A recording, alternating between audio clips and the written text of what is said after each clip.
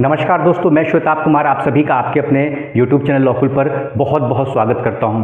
दोस्तों, आज मैं और आप मिलके जो क्रिमिनल ट्रायल की जर्नी है उसे डिकोड करने वाले हैं। तो बहुत ध्यान से पूरे लेक्चर को सुनिएगा। आज के इस लेक्चर सीरीज में आपके प्रीलिम्स में भी क्वेश्चन पूछे जाएंगे, इससे मेंस में भी पूछे जाएंगे और इंटरव्यू में भी पूछा जाएगा। तो सबसे पहले हम लोग देखते हैं कि आज का टॉपिक क्या है। तो आज का टॉपिक है decoding the journey of criminal trial. तो क्रिमिनल ट्रायल की आवश्यकता क्यों होती है? सीधी सी बात है, जब भी कोई अपराध होता है तो उसके लिए एफआईआर होता है, एफआईआर के बाद इन्वेस्टिगेशन होता है, ट्रायल होता है, यह सारी प्रक्रिया होती है। तो मैं सीधे ऑफेंस पर नहीं आऊँगा, अपराध पर नहीं आऊँगा, क्योंकि आपके जो अपराध होते हैं उन्हें भी दो भागों में बांटा गया है। पहला कैटेगरी है कॉग्निजेबल ऑफेंस और दूसरा है non cognizable offence. Cognizable offence में पुलिस को अधिकार है कि विदाउट वारंट, यानी पुलिस को गिरफ्तारी करने के लिए किसी भी वारंट की आवश्यकता नहीं है। यहाँ पुलिस विदाउट वारंट जो एक्यूज्ड है उसे अरेस्ट कर सकती है और इसे परिभाषित किया गया सेक्शन 2G ऑफ भारतीय नागरिक सुरक्षा संहिता 2023 के तहत। वहीं अगर मैं बात करता हूं नॉन कॉग्निजेबल ऑफेंस की, तो इसमें पुलिस को गिरफ्तारी से पहले जुडिशियल मजिस्ट्रेट से वारंट लेना होता है, यानी यहाँ वारंट की आवश्यकता है। और जो नॉन कॉग्निजेबल ऑफेंस है आपका, इसे परिभाषित किया गया है सेक्शन 2O के तहत। अब आपके मन में सवाल होगा कि ये जो कॉग्निजेबल और नॉन कॉग्निजेबल ऑफेंस है इसे हम समझेंगे कैसे? तो देखिए, आपका जो नया आपराधिक कानून है भारतीय नागरिक सुरक्षा संहिता 2023, इसमें कुल सेक्शन है सेक्शन 531। तो सेक्शन जब लास्ट सेक्शन खत्म हो जाता है तो आप अपने बेर एक्ट के पीछे देखेंगे एक टेबल बना होगा, पूरा बड़ा सा एक टेबल बना होगा, उसमें बहुत सारे ऑफेंसेज लिखे होंगे। तो उनमें देखिए, किसी ऑफेंस के आगे आपको कॉग्निजेबल ऑफेंस लिखा होगा, किसी के आगे नॉन कॉग्निजेबल ऑफेंस लिखा होगा। तो वही इनका वर्गीकरण किया गया है कि कौन कौन से अपराध आपके कॉग्निजेबल ऑफेंस है और कौन कौन से आपके अपराध नॉन कॉग्निजेबल ऑफेंस है। और यह जो टेबल बना होता है उसे हम कहते हैं फर्स्ट शेड्यूल। तो आपसे पूछ लिया जाएगा कि ऐसे कौन से अपराध हैं जिन्हें हम कॉग्निजेबल या नॉन कॉग्निजेबल ऑफेंस कहते हैं। तो सबसे पहली बात है, कॉग्निजेबल ऑफेंस वैसे ऑफेंसेज होते हैं कि जिसमें पुलिस को गिरफ्तारी से पहले वारंट की आवश्यकता नहीं होती है और इसे परिभाषित किया गया सेक्शन 2G के तहत। और इन अपराधों का वर्गीकरण किया गया है आपको फर्स्ट शेड्यूल के तहत। यही बात आपको नॉन कॉग्निजेबल ऑफेंस के साथ भी लागू होती है। इसे परिभाषित किया गया सेक्शन 2O ऑफ भारतीय नागरिक सुरक्षा संहिता 2023 के तहत। और इस तरह के अपराधों में जो नॉन कॉग्निजेबल ऑफेंस होते हैं, यहाँ पुलिस को गिरफ्तारी से पहले, यानी बिना वारंट के पुलिस गिरफ्तार नहीं कर सकती है। गिरफ्तारी से पहले पुलिस को वारंट लेना होता है और ये वारंट कहाँ से लेना होता है? तो मैजिस्ट्रेट से लेना होता है, ठीक है। और इसे भी जो इसका वर्गीकरण किया गया है, यानी इन ऑफेंसेस के बारे में जो बताया गया है वह बताया गया है आपको फर्स्ट शेड्यूल के तहत। अब मैं आता हूं ऑफेंस की तरफ। यह तो आपको ऑफेंस का वर्गीकरण हो गया। मैं चाहता तो सीधा आपको ऑफेंस से शुरू कर देता, लेकिन आपके मन में फिर एक डाउट हो जाता ना। मैंने तो ऑफेंस पढ़ा दिया, अब आप कहते हैं कि सर यह कॉग्निजेबल ऑफेंस और नॉन कॉग्निजेबल ऑफेंस क्या होता है। तो अब आपको समझ में आ गया। अब सेक्शन 2Q में अगर आप देखते हैं, सेक्शन 2Q ऑफ भारतीय नागरिक सुरक्षा संहिता 2023, तो उसमें ऑफेंस के बारे में कहा गया है एनी एक्ट और ओमिशन, ऐसे एक्ट और omission which is made punishable by law. ध्यान से सुनिएगा, एनी एक्ट और ओमिशन। कौन से एक्ट और ओमिशन? कौन से एक्ट और कोई भी एक्ट या कोई भी ओमिशन नहीं, दोज एक्ट और omission which is made punishable by law.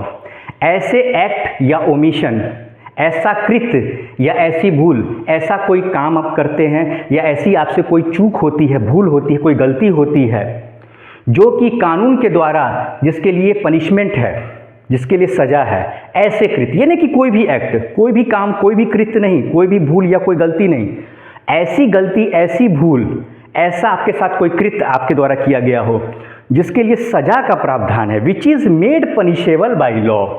Made punishable is punishable by law, यानी कि those acts which are prohibited by law and made punishable by law, जो कि कानून की नज़र में निषेध है, जिसे नहीं करना है आपको। क्यों नहीं करना है? क्योंकि वह गैर कानूनी है। अगर आप ऐसा करते हैं तो इसके लिए आपको सजा दी जाएगी।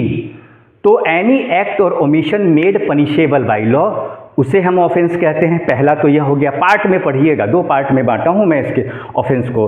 तो एनी एक्ट और omission which is made punishable by law, उसे हम ऑफेंस कहते हैं। या complaint made under section 20 of cattle trespass act. समझ में आ गया? 2 भाग में। पहला भाग हो गया एनी एक्ट और omission which is made punishable by law, उसे हम ऑफेंस कहते हैं।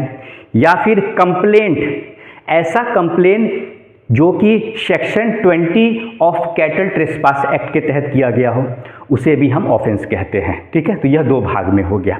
आपको अभी ही यह याद हो जाएगा, इतना मैं सरल तरीके से बताया हूँ, बहुत सिंपलेस्ट तरीके से बताया हूँ।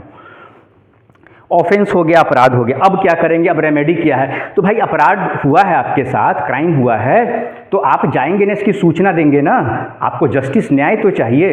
तो आप FIR कराने जाएंगे, प्राथमिकी दर्ज कराने जाएंगे, तो कहाँ जाएंगे? थाने पर जाएंगे आप। ठीक है, तो जो FIR है उसे डिफाइन किया गया है, उसे परिभाषित किया गया है सेक्शन 173 ऑफ भारतीय नागरिक सुरक्षा संहिता 2023, इसे हम शॉर्ट में BNSS कहते हैं।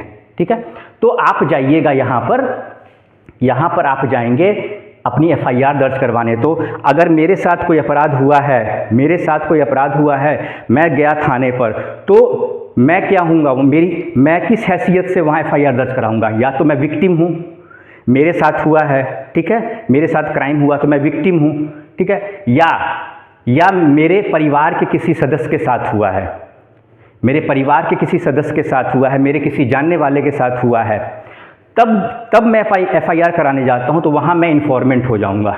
ठीक है, यहाँ में विक्टिम भी इन्फॉर्मेंट होता है, लेकिन अगर विक्टिम की वैसी स्थिति नहीं है, उसकी ऐसी हालत, वो ऐसी स्थिति में नहीं है कि वह थाने जाकर FIR दर्ज कराए, या फिर थाने का कोई आदमी IO वहाँ से आए, कोई पुलिस ऑफिसर आके उसकी FIR को दर्ज कर सके, उसकी वो स्थिति नहीं है, तो वैसी स्थिति में उसके परिवार का कोई सदस्य अगर FIR दर्ज करवाता है तो उसे भी अधिकार है, उसे ही हम इन्फॉर्मेंट कहते हैं। ठीक है, तो विक्टिम को भी अधिकार है, ठीक है, जिसके साथ अपराध हुआ, जिसके साथ घटना हुआ है, वो भी FIR दर्ज करवा सकते हैं, या उनके परिवार का कोई सदस्य है, उनके पेरेंट्स है, गार्जियन है, ठीक है, वह भी FIR दर्ज करवा सकते हैं।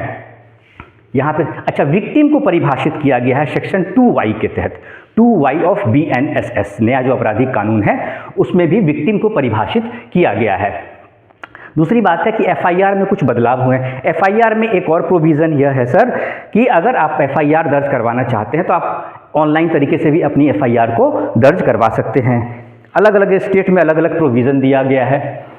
कहीं कहीं आपको वहाँ की जो पुलिस है, स्टेट की पुलिस है, उसका ऐप भी दिया हुआ है, तो उसके एप्लीकेशन ऐप के माध्यम से भी कर सकते हैं, वेबसाइट के माध्यम से भी कर सकते हैं। अगर ईमेल आईडी है आपके पास वहाँ का, तो अपने ईमेल के माध्यम से भी कर सकते हैं। लेकिन FIR जिस दिन आप ऑनलाइन देते हैं उसके 3 दिन के अंदर आपको वो जो FIR है उसकी हार्ड कॉपी जो थाने में होगी वहाँ पर आपको अपना सिग्नेचर करना है। यह ध्यान रखिए, सिग्नेचर करना है, नहीं तो कोई भी मिसयूज़ कर लेगा। मान लीजिए आप ऑनलाइन FIR दर्ज करा के आप बैठे पड़े हुए हैं, ऐसे नहीं, वहाँ पे सिग्नेचर आपको करना होगा, इसीलिए मिसयूज़ ना हो। दूसरी बात है कि ज़ीरो FIR का कॉन्सेप्ट आया है सर, एक और कॉन्सेप्ट आया है जिसे हम ज़ीरो FIR कहते हैं।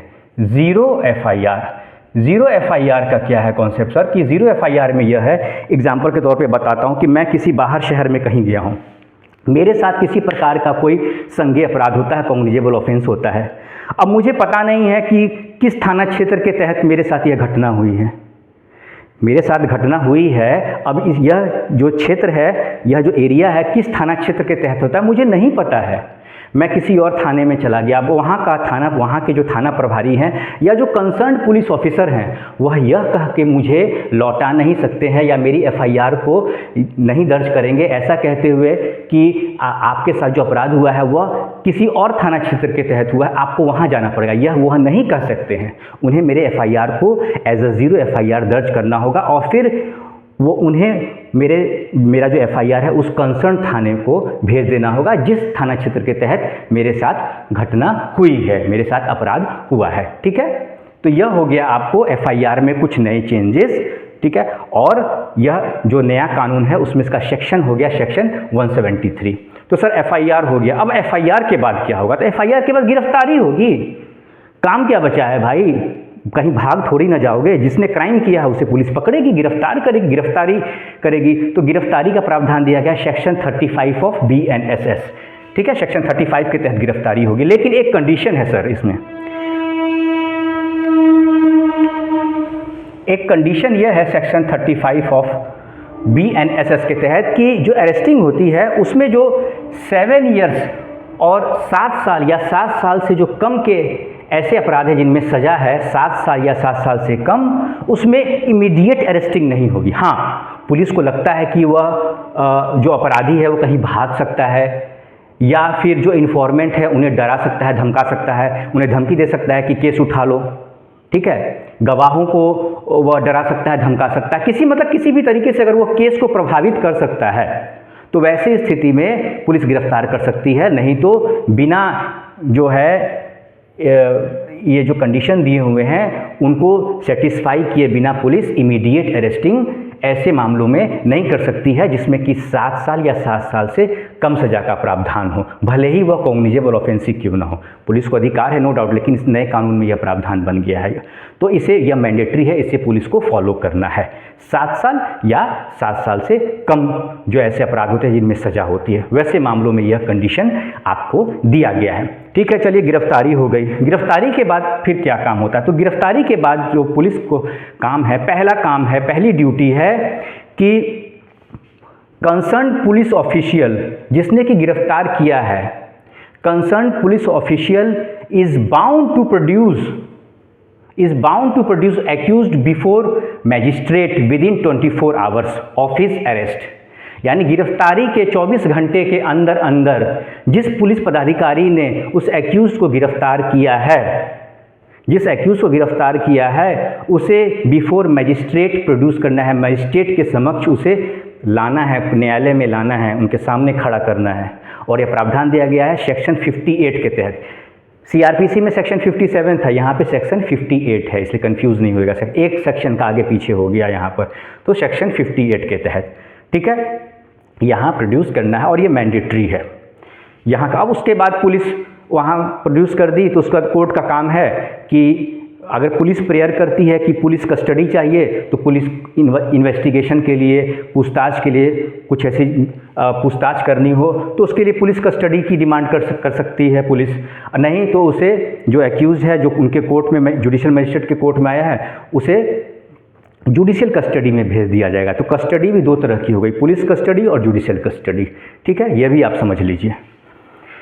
यह तो कहानी हो गई, यहाँ पर एक्यूज्ड भी आ गया, उसे कस्टडी भेज दिया गया, चाहे पुलिस कस्टडी हो, पुलिस ने डिमांड किया पूछताछ के लिए, इन्वेस्टिगेशन के लिए, तो वहाँ पुलिस कस्टडी, और नहीं तो जेल भेज दिया गया, जुडिशियल कस्टडी।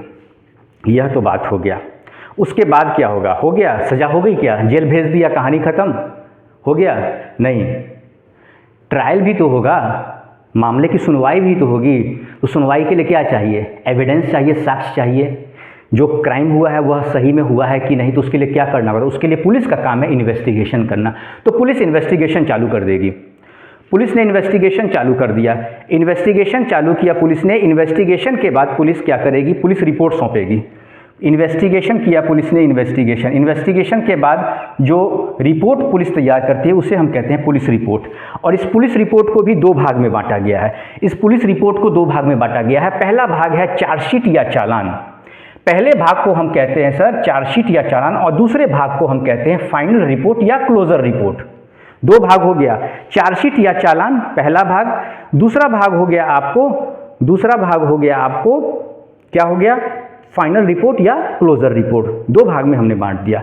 अब चार्जशीट या चालान कब होता है?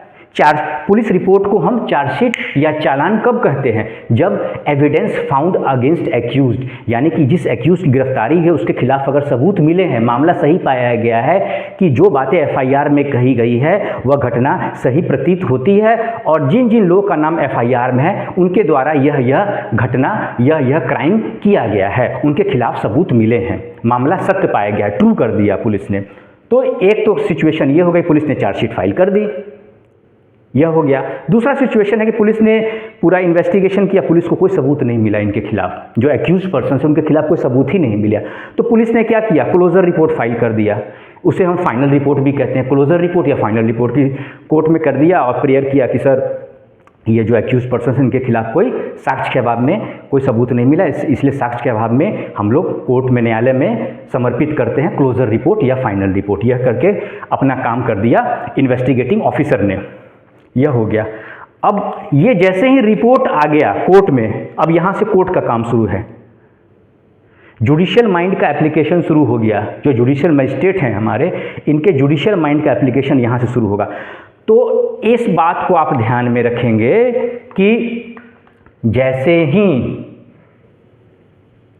ही police report PR police report आ गया और बीच में जो गैप है और यहाँ पे जो कॉग्निजेंस लिया जाएगा, इसके बीच का जो होता है यह समय, इस बीच के समय में कोर्ट इंक्वायरी करती है, इसी को कहते हैं जुडिशियल माइंड का एप्लीकेशन। यहाँ पुलिस रिपोर्ट हो गया और ये जो बीच का समय कॉग्निजेंस, पुलिस रिपोर्ट और कॉग्निजेंस के बीच का जो यह समय है सर, यहाँ पे कोर्ट का काम है अपने जुडिशियल माइंड का एप्लीकेशन करना, ठीक है, अपने जुडिशियल माइंड पे अप्लाई करना और रिकॉर्ड को देखना, पुलिस रिपोर्ट को देखना, पुलिस की फाइंडिंग को देखना कि क्या यह मामला सही लगता है, क्या पुलिस ने जो इन्वेस्टिगेशन किया प्रॉपर तरीके से किया है, क्या किसी फर्दर इन्वेस्टिगेशन की ज़रूरत है। तो अगर पुलिस को लगता है कि कुछ और इन्वेस्टिगेशन करना चाहिए तो वो कहेंगे IO को कि ऐसा है कि कुछ और साक्ष्य इस मामले में, कुछ और संभावना है मिलने की, आप फर्दर इन्वेस्टिगेशन कीजिए।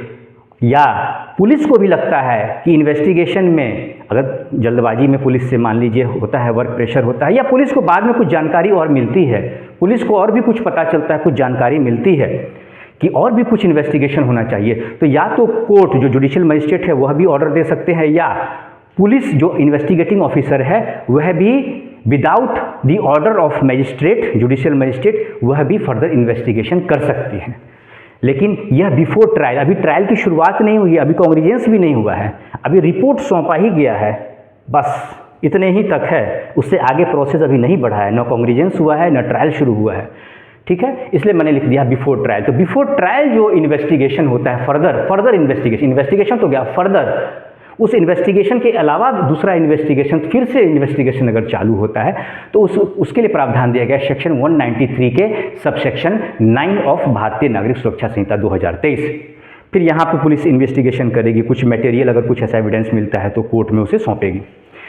अगर मान लीजिए कि जो मामले का सुनवाई है, ट्रायल शुरू हो गया, केस की सुनवाई को कोर्ट ने कॉग्निजेंस भी ले लिया और सुनवाई भी शुरू हो गई। अब उस बीच में पुलिस को पता चला कि कुछ और साक्ष्य हैं, इस मामले में और भी इन्वेस्टिगेशन की ज़रूरत है, तब क्या होगा?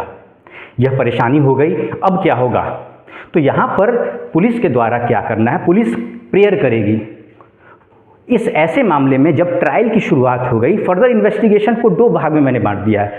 फर्दर इन्वेस्टिगेशन को मैंने दो पार्ट में बांटा है। पहला पार्ट है जब बिफोर ट्रायल, अभी ट्रायल की शुरुआत नहीं हुई, ट्रायल से पहले फर्दर इन्वेस्टिगेशन, लेकिन यहाँ पर इन्वेस्टिगेशन के लिए पुलिस को किसी भी प्रकार के और ये परमिशन की जरूरत नहीं है जुडिशियल मजिस्ट्रेट के, ठीक है। लेकिन अगर ट्रायल शुरू हो गया तो यहाँ पर जुडिशियल मजिस्ट्रेट हैं, माननीय न्यायालय है, उसके परमिशन की यहाँ पर पुलिस को, इन्वेस्टिगेटिंग ऑफिसर को ज़रूरत पड़ेगी, ठीक, क्योंकि यहाँ ट्रायल शुरू हो गया है ना। आप मामले की सुनवाई के बीच में इन्वेस्टिगेशन आपको करना है, फर्दर इन्वेस्टिगेशन, तो यहाँ को परमिशन लेना होगा। और ये प्रावधान दिया गया है सेक्शन 198 के सबसेक्शन 9 ऑफ भारतीय नागरिक सुरक्षा संहिता 2023 के तहत। तो यह दोनों फर्क हो गया, दो फर्दर इन्वेस्टिगेशन दो कैटेगरी में हो गया, एक बिफोर ट्रायल और एक विद इन ट्रायल, ट्रायल के बीच में, ठीक है। यह बात हो गई, यह तो हो गया। अच्छा, पुलिस जो रिपोर्ट सौंपती है वह आपको आता है सेक्शन 193 के सबसेक्शन 3 ऑफ BNSS। यहां तक हो गया, पुलिस रिपोर्ट की बात हो गई। अब फिर काम हो गया यहाँ पर, फिर कोर्ट का काम है कॉग्निजेंस लेना, यानी मामले का संज्ञान लेना, to take judicial notice of the matter, ठीक है, ताकि उसके बाद आगे की सुनवाई हो, ट्रायल हो, मामले का ट्रायल चले। तो अगर पुलिस रिपोर्ट के आधार पर संज्ञान लिया जाता है, मान लीजिए पुलिस ने जो इन्वेस्टिगेशन किया है उसके आधार पर अगर कोर्ट कॉग्निजेंस लेती है, संज्ञान लेती है, तो यह परिभाषित किया गया सेक्शन 210 के क्लॉज 1 के सब क्लॉज B के तहत, ठीक है, सब क्लॉज B, सेक्शन 210 के क्लॉज 1 के सब क्लॉज बी के तहत पुलिस रिपोर्ट के तहत कॉग्निजेंस अगर लेती है कोर्ट, तो यहाँ पर आपको आगे फर्दर ट्रायल चलेगा, ठीक है। और अगर ऑन ए प्राइवेट कंप्लेंट लिया जाता है संज्ञान, ऑन ए प्राइवेट कंप्लेंट अगर संज्ञान लिया जाता है तो इसे परिभाषित किया गया है सेक्शन 210 के क्लॉज 1 के सब क्लॉज ए के तहत। और अगर वही सु मोटू स्वतः संज्ञान अगर कोर्ट लेती है तो इसे भी परिभाषित किया गया है सेक्शन 210 के क्लॉज 1 के सब क्लॉज सी के तहत। तो यह 3 प्रोविज़न हो गए, एक हो गया अपॉन पुलिस रिपोर्ट, एक हो गया अपॉन प्राइवेट कंप्लेंट और हो गया स्वतः संज्ञान सु मोटू। तो ये 3 हो गए। तो हम बात कर रहे हैं यहाँ पे पुलिस रिपोर्ट की और प्राइवेट कंप्लेंट की, यह दोनों प्रोविज़न हो गया। तो यह कॉग्निजेंस का 2 तरीका होता है। अब मान लीजिए कि जो पुलिस रिपोर्ट है उससे जो एक्यूज्ड हैं वह संतुष्ट नहीं है, उन्हें लगता है कि उनके साथ अन्याय हुआ, उनके साथ इनजस्टिस हुआ है, उनके साथ न्याय नहीं हुआ है, पुलिस का रिपोर्ट जो है वह सही तरीके से पुलिस ने फाइल नहीं किया है, पुलिस ने सही तरीके से इन्वेस्टिगेशन मामले का नहीं किया है। तो उसके लिए क्या होगा, तो इसके लिए एक्यूज्ड को या इन्फॉर्मेंट जिसे कहते हैं उसे यह राइट है कि वह कोर्ट में, न्यायालय में, किस न्यायालय में जहां सुनवाई चल रही है उस न्यायालय में प्रोटेस्ट पिटीशन फाइल करेंगे, विरोध पत्र दायर किया जाएगा। और अगर विरोध पत्र दायर किया जाता है तो जो हमारे जुडिशियल मजिस्ट्रेट हैं वह पुलिस रिपोर्ट को चाहे तो वह खारिज कर दे, उसे रिजेक्ट कर दे और संज्ञान ले लें किस पर, तो प्रोटेस्ट पिटीशन पर, protest petition PP, protest petition पे संज्ञान ले लिया गया। तो जो प्रोटेस्ट पिटीशन पे संज्ञान लिया जाता है वह आपको किस कैटेगरी में कॉग्निजेंस लिया जाता है, वो कॉग्निजेंस लिया जाता है, उसे माना जाता है अपॉन प्राइवेट कंप्लेंट। क्योंकि पुलिस की कहानी तो खत्म, पुलिस ने तो काम कर दिया, FIR हुई, इन्वेस्टिगेशन हुआ, इन्वेस्टिगेशन में साक्ष्य नहीं मिला, पुलिस ने क्लोजर रिपोर्ट फाइल कर दिया। तो जो अब कोर्ट तो उस पर संज्ञान लेगी, तब तो केस ही खत्म हो जाएगा। तो अब कोर्ट जो संज्ञान ले रही है वो प्रोटेस्ट पिटीशन पे ले रही है, एक पिटीशन होता है, वो कंप्लेंट की तरह ही होता है, नालसी जिसे आप कहते हैं, ठीक है, प्राइवेट कंप्लेंट उसी के तरह ही वो होता है, पूरा फॉर्मेट होता है। उसमें विरोध पत्र अपना विरोध जताते हुए और दलील दिया जाता है कि जो पुलिस की जो रिपोर्ट है, इन्वेस्टिगेशन जो पुलिस ने किया है उससे हम संतुष्ट नहीं हैं, ठीक है। पुलिस ने कहा जाएगा कि जो विपक्षीगण है उनके मेल में आके, उनके प्रभाव में आके पुलिस ने यह रिपोर्ट दिया, यह खामियां बताई जाएंगी, अपना दलील दिया जाएगा। तो अगर कोर्ट को लगता है कि नहीं, जो विक्टिम है उसके साथ अन्याय हुआ है, इन्वेस्टिगेशन सही तरीके से नहीं हुआ है, तो यहाँ पर कोर्ट क्या करेगी, पुलिस रिपोर्ट को रिजेक्ट कर देगी और प्रोटेस्ट पिटीशन को as a private complaint treat करके सेक्शन 210 के क्लॉज 1 के सब क्लॉज ए के तहत कॉग्निजेंस यानी केस का संज्ञान judicial court of judicial magistrate के द्वारा लिया जाएगा और फिर आगे की सुनवाई होगी प्राइवेट कंप्लेंट के तरह। और प्राइवेट कंप्लेंट आपको डिफाइन कहा गया है, तो कंप्लेंट डिफाइन किया गया है सेक्शन 223 ऑफ BNSS। यहाँ पर यह बात हो गई। अब यहीं पर रुक जाइए, अब तो ट्रायल फर्दर चलेगा, फिर आगे जजमेंट होगा। यहाँ तक इस कॉन्सेप्ट को रखिए। अब सवाल यह पूछा गया था यूपी जुडिशरी में आपसे कि प्रोटेस्ट पिटीशन है, मान लीजिए कि प्रोटेस्ट पिटीशन है और प्रोटेस्ट पिटीशन फाइल होता है आफ्टर कॉग्निजेंस, मामले का संज्ञान ले लिया गया, फाइनल पुलिस रिपोर्ट के आधार पर कोर्ट ने संज्ञान ले लिया और उसके बाद प्रोटेस्ट पिटीशन फाइल होता है, तब क्या होगा? बिफोर कॉग्निजेंस तो ठीक है, लेकिन अगर कॉग्निजेंस के बाद अगर प्रोटेस्ट पिटीशन फाइल किया जाता है, विरोध पत्र फाइल किया जाता है, किसके द्वारा? तो इन्फॉर्मेंट या एक्यूज्ड के द्वारा, तब क्या होगा? इन्फॉर्मेंट या विक्टिम के द्वारा, तब क्या होगा? तब क्या कोर्ट उसको एक्सेप्ट करेगी? तो देखिए, इसके लिए Junaid versus state of UP, Junaid versus state of UP में सुप्रीम कोर्ट ने कहा है कि magistrate can take cognizance of protest petition after rejecting police final report. यहाँ तक तो ठीक है, चलिए नॉर्मल कोर्स में होता है, या तो हम भी जानते हैं, आप भी जानते हैं कि पुलिस के फाइनल रिपोर्ट को रिजेक्ट कर सकती है कोर्ट और जो प्रोटेस्ट पिटीशन है उसको एक्सेप्ट करके उसके आधार पर कोर्ट कॉग्निजेंस ले सकती है और आगे प्राइवेट कंप्लेंट के तरह उसकी सुनवाई चलेगी। यह तो ठीक है, लेकिन सर यहाँ पर सवाल यह है कि अगर कोर्ट के द्वारा कॉग्निजेंस ले लिया गया है पुलिस रिपोर्ट के आधार पे और उसके बाद कॉग्निजेंस के बाद प्राइवेट कंप्लेंट अगर फाइल होता है कोर्ट में, तब क्या होगा? तब जो जुडिशियल मजिस्ट्रेट हैं वह क्या करेंगे? उनका क्या पावर बनता है? एज ए जुडिशियल मजिस्ट्रेट आप क्या करेंगे? As a informant, as a victim आपके पास क्या राइट है? आपके अधिकार क्या हैं? एज ए जुडिशियल मजिस्ट्रेट आप क्या करेंगे? दोनों सवाल बनते हैं।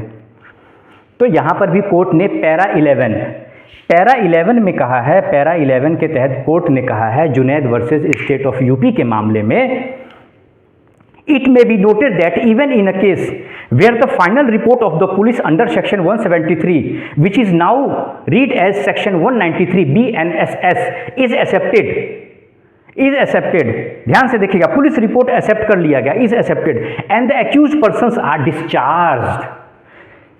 यहां तक कि पुलिस रिपोर्ट एक्सेप्ट भी कर लिया गया है, पुलिस का जो फाइनल रिपोर्ट है उसे एक्सेप्ट भी कर लिया गया कोर्ट के द्वारा, और जो एक्यूज पर्सन है उन्हें डिस्चार्ज भी कर दिया गया। अब क्या कोर्ट कहती है वह सुनिए ध्यान से। The magistrate has power to take cognizance of the offence on a complaint or a protest petition on the same allegation even after the, इसे ध्यान से, even after the acceptance of the final report, even after the acceptance of the final report. इसका मतलब क्या हुआ कि final report को accept करने के बाद भी, रिजेक्ट नहीं, एक्सेप्ट करने के बाद भी, इवन एक्यूज को डिस्चार्ज करने के बाद भी कोर्ट को यह अधिकार है, उसे लगता है कि विक्टिम के साथ जस्टिस नहीं हुआ है, अन्याय हुआ है, तो in the interest of justice judicial magistrate has the power to take cognizance on a private complaint और प्रोटेस्ट पिटीशन। ठीक है। तो दोस्तों मैंने आज बहुत ही प्रैक्टिकल तरीके से आज के इस लेक्चर सीरीज को आपके लिए कवर किया है, इसीलिए मैंने इसका नाम दिया है decoding journey of criminal trial. किसी भी तरह का अगर आपको डाउट होता है, एक सिंगल भी डाउट होता है, आप मुझसे सवाल जरूर पूछेंगे, मुझे आपके सवाल बहुत ही अच्छे लगते हैं, इससे मुझे भी खुद को इम्प्रूव करने का एक मौका मिलता है। तो दोस्तों आज का यह लेक्चर मैं यहीं पे कंक्लूड करता हूँ। नमस्कार।